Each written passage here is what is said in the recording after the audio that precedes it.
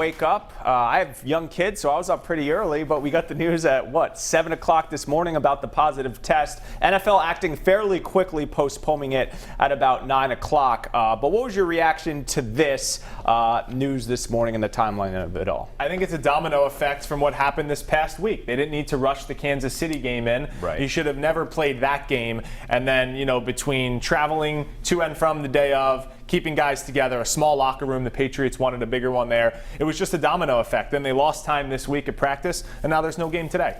Yeah, I think the bigger issue for the players is clearly the practice piece of this. And I know the COVID part is the splash where another player tested positive. This isn't what's going on in Tennessee. Let's be clear about that. There are protocols that are being followed here. And the way New England split the planes up to be able to go play in Kansas City, they're also going off what the NFL is telling them. But that said, I think you're now starting to hear the players chirp a little bit about all of this. And that, to me, is what the league and the team should be most concerned with. I am shocked that the NFL did postpone this. I thought they were just going to go ahead and play the game. But like you said, Gresh, now the players are getting involved, and they don't want to make these guys mad. You have to think, did Patriot players speaking up kind of force the NFL's hand with postponing this game tomorrow? Yeah, you wonder. I mean, we heard Jason McCourty speak yesterday. James White had a tweet today. You wonder if they sort of said to Bill Belichick, hey, we don't feel comfortable, we're not doing this. And then they sort of got that information to the NFL.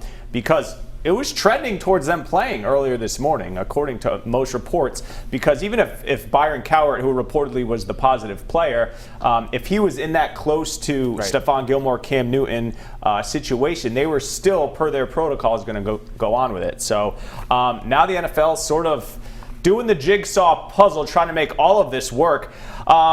From the get-go, I've said they should have done this 18th week at the back end to put all the rescheduled games there, but they haven't done that. How do you think, Gresh, the NFL has handled all of these situations between the Titans, the Patriots, and we're only in week 5, so what is the end game here? I'm sure that the NFL did not factor in that there would be one team like the Titans that might wipe out multiple games on the schedule. Their outbreak is different than what we've seen elsewhere. Let's remember, right before the Kansas City game, there was somebody who tested positive in Kansas City. Apparently they're getting ready to play. They're getting ready to play the Raiders. Raiders had a guy pop positive. They're getting ready to play. I think all the situations are very different. But the thing that the NFL couldn't figure out is one team going to wreck the schedule. Right now, the Titans are doing that. And because of it, they're not going to be able to do just the bye week juggle. They might just have to add an extra week for the Titans to be able to make up whatever games they've missed. The NFL just poorly prepared for this season. I mean, I think the NBA, the WNBA, the NHL had a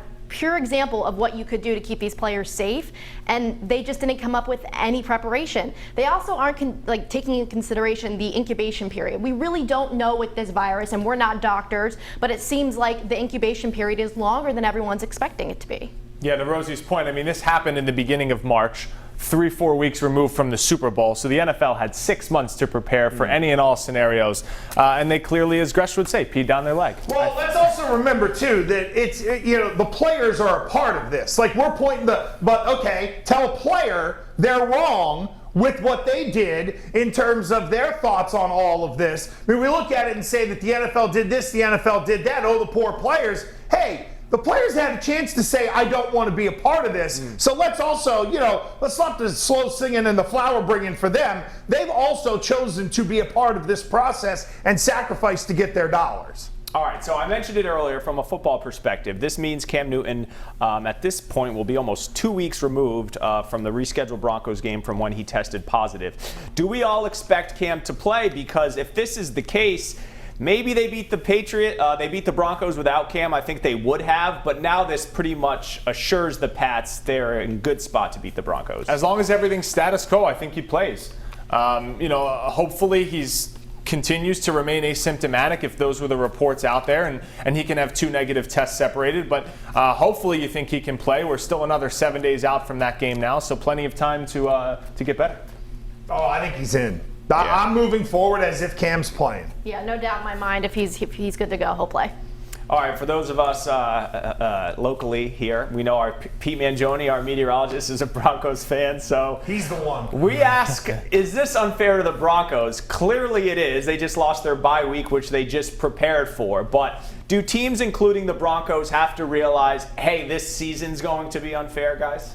Yeah, there's 31 other teams around the NFL. This could happen to the Patriots 3 weeks down the line. Sure. The Bengals could get a positive test. They're supposed to play a team who's supposed to play the Pats, and then the Pats schedule gets all mixed up. So I think this is going to be a league-wide issue for the rest of the year. Yeah, players should have known it. It's plain and simple. You talk to an agent said they're telling their players you got to be ready for anything, and this is a part of the ready for anything. We're 10 months into 2020, you have to expect something to pop up, so these players just need to adjust. Flexibility, that's a great Bill Belichick word. All right, good stuff, guys.